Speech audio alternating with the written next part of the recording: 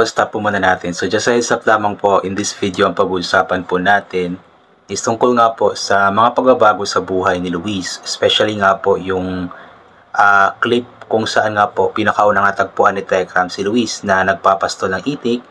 Then yung clip naman po na na graduate nga po si Luis sa junior high school. Ayan po. So nakakatuwa lamang po kasi dating tagapastol ng itik, tapos ngayon nga po unti-unti na nga pong tinutupad nito ang kanyang pangarap. So just lang po ito, pagbabalik tanaw lamang po para hindi po natin masyadong mamiss si Luis. So tara po. Tingin ka dati, Luis, di ba sabi mo yung mga kinikita mo tinutulong sa magulang mo? Opo. Anong gusto mong bilhin natin sa magulang mo? Ito, ginagawa mo ba ito para sa mga magulang mo? Opo.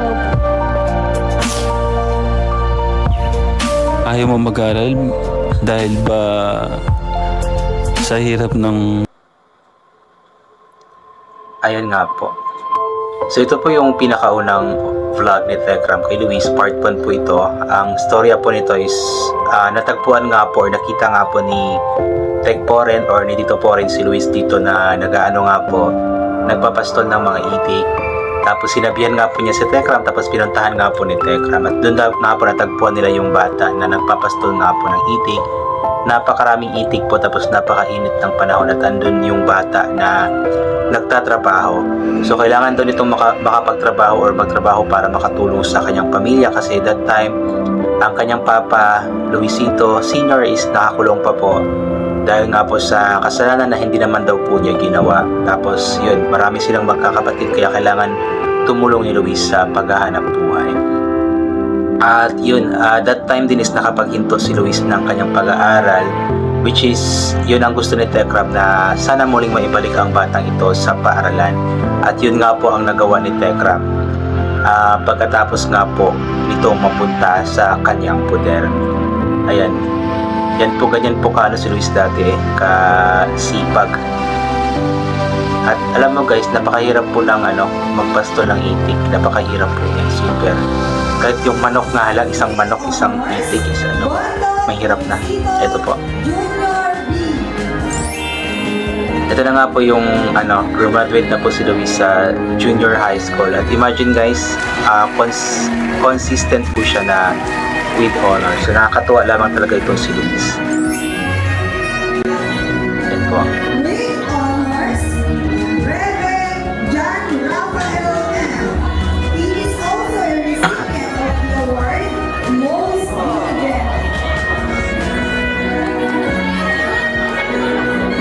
Kakatuwa lang pagtignan na yung dating tagabasto lamang ng itik is nakagraduate nga po ng junior high school.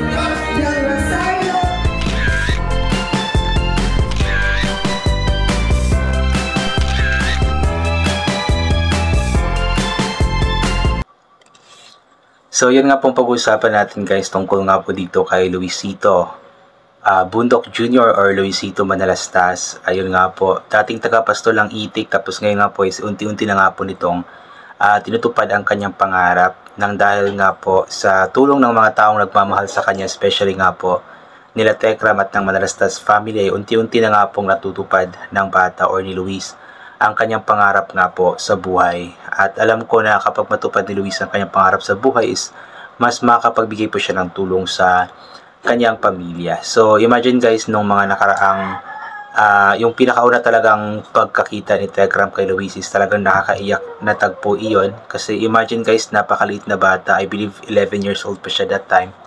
Tapos nagtatrabaho na, bilad na sa araw, yung kanyang tawag yung kanyang balat is itim na dahil nga po sa araw-araw na nagpapastol ng itik sa ilalim ng napakainit na araw. Tapos napakaputik ganoon.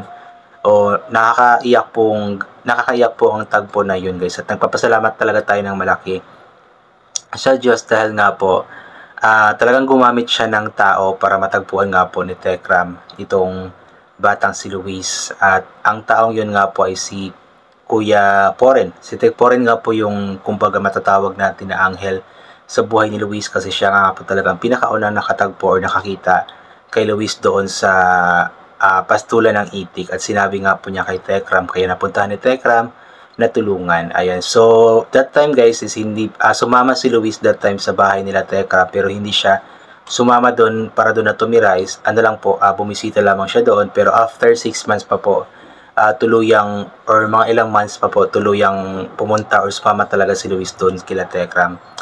Yun po yung time na yung mama naman nila ay sumama po doon sa kanyang kinakasama. Kaya napilitan si Tekram or napilitan si Luis na sumama kay Tekram dahil nga po para hindi na mahirapan pa ang kanyang Kuya Angelo at Ate Julian sa pag-aalaga sa kanya. Kasi nga wala ding maayos na trabaho yung mga kapatid niya. So kailangan niyang sumama kay Tekram at doon nga po nag-start na naging parte siya ng Manalastas family. At yun dahil nga po sa tulong din ng mga sponsors is nakapag-aral nga po si Luis, naging consistent with honors. At yun nga po, nakagraduate nga po siya ng junior high school. At sa kasalukuyan nga po is patuloy na nag-aaral at unti-unti nga po tinutupad ang kanyang pangarap. I believe parang nasa ano niya yata siya ngayon, grade 11 or grade 12, I'm not sure, pero parang grade 12 na yata siya. So malapit na nga po siyang mag-college.